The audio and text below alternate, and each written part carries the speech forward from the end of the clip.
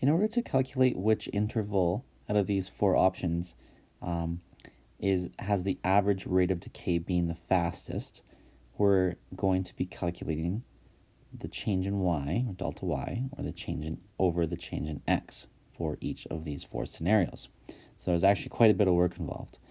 So for example, for the first one, from 1 to 10, that means the easy part, the denominator, would be just 10 minus 1.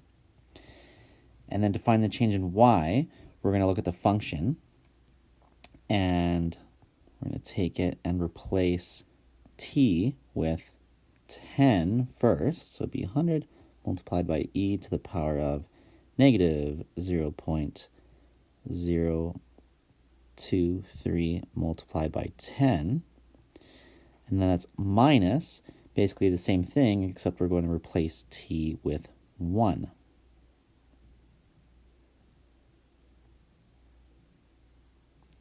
So very carefully, you would type this into your calculator, keeping those numerators and denominators separate.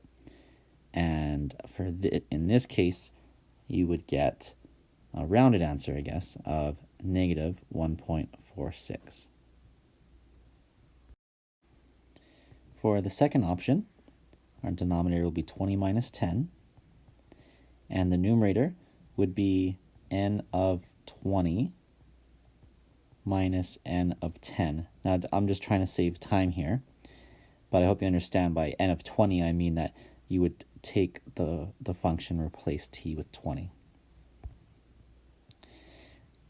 Over here, you would get a rounded answer of negative 2.03. On the third one, we would be doing n of 25 minus n of 15 divided by 25 minus 15. And after figuring that out in your calculator, you should get negative 1.63.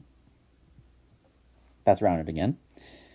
And the last one, from 1 to 30, our denominator would be 30 minus 1, and the numerator would be n of 30 minus n of 1. And you should get negative 1.64.